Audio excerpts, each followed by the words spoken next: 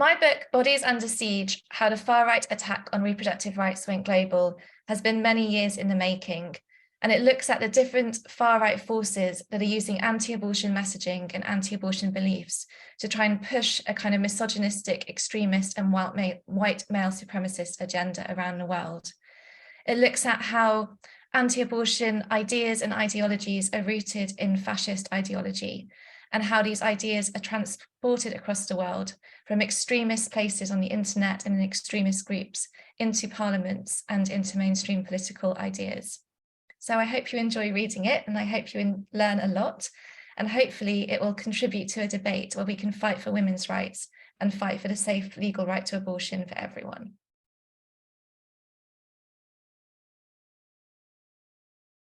So my first cultural experience was probably going to see the film Willow at the cinema when I was 5. And my dad thought we were going to see Wind in the Willows. And I was so scared that I screamed and screamed so loudly that I had to be taken out of the cinema. But probably a better and more interesting story was when I went to Barter Books in Alnwick and discovered a paperback book by Colette called The Vagabond. And this really sparked a lifelong interest in writing and reading and telling stories. And I still go back to my Colette books many, many years on. She remains one of my favorite writers. And I really feel that just picking up that paperback in this massive secondhand bookshop really changed the way I thought about literature.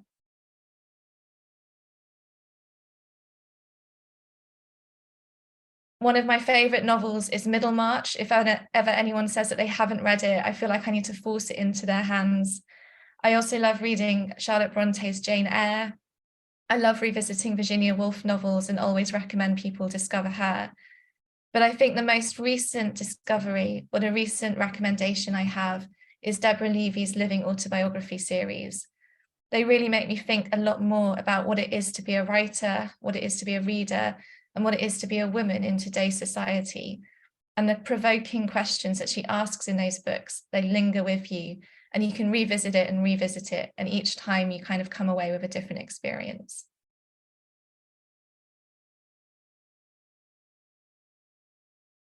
The best piece of advice I've ever received is probably from a fellow journalist when I was starting out as a freelance writer and really interested in pursuing journalism.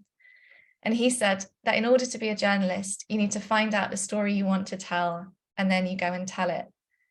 And that sparked me looking at feminism and abortion and women's rights in Romania, of all places, and discovering these kind of anti-gender, anti-abortion, anti-LGBT movements that were really active in Eastern Europe. And that led to me writing my book, Bodies Under Siege. So if I hadn't had that piece of advice, I probably wouldn't be talking to you now about my book and my writing and my work. But it's also a fantastic piece of advice for journalists everywhere. You know, we need to find the stories that we want to tell, and then we go and tell them.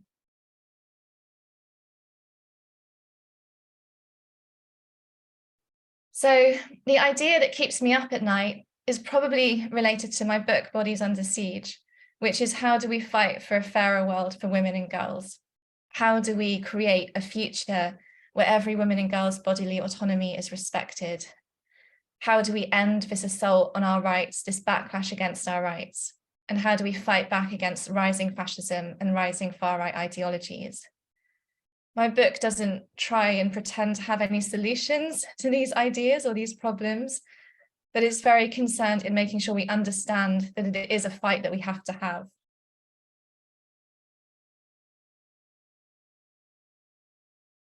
So the thing that makes me hopeful, and I get asked this question a lot, particularly because as a journalist, I tend to report on issues that are quite difficult, such as domestic violence and sexual violence, and obviously the rise of the far right and the rise of anti-abortion politics around the world. And people are like, how do you remain hopeful? Don't you just feel pessimistic all the time? And of course, there is a place for pessimism at this time. We are dealing with a lot of issues and there is a real backlash. But what makes me hopeful is that every day in my job, I get to get up in the morning and I talk to incredible, inspiring human rights activists, be they feminist activists fighting for reproductive justice in Kenya, or migrant rights activists working in the UK to try and fight back against the hostile environment policies, or women who are working with really marginalized women, such as domestic violence victims who also have uncertain migration status, making sure that they have access to, the essentials to survive, and not just to survive, but to thrive. And so what makes me hopeful is the fact that even in the darkest of times, there are so many amazing, awe-inspiring women who are doing the work to change the world and to create a better future for all of us.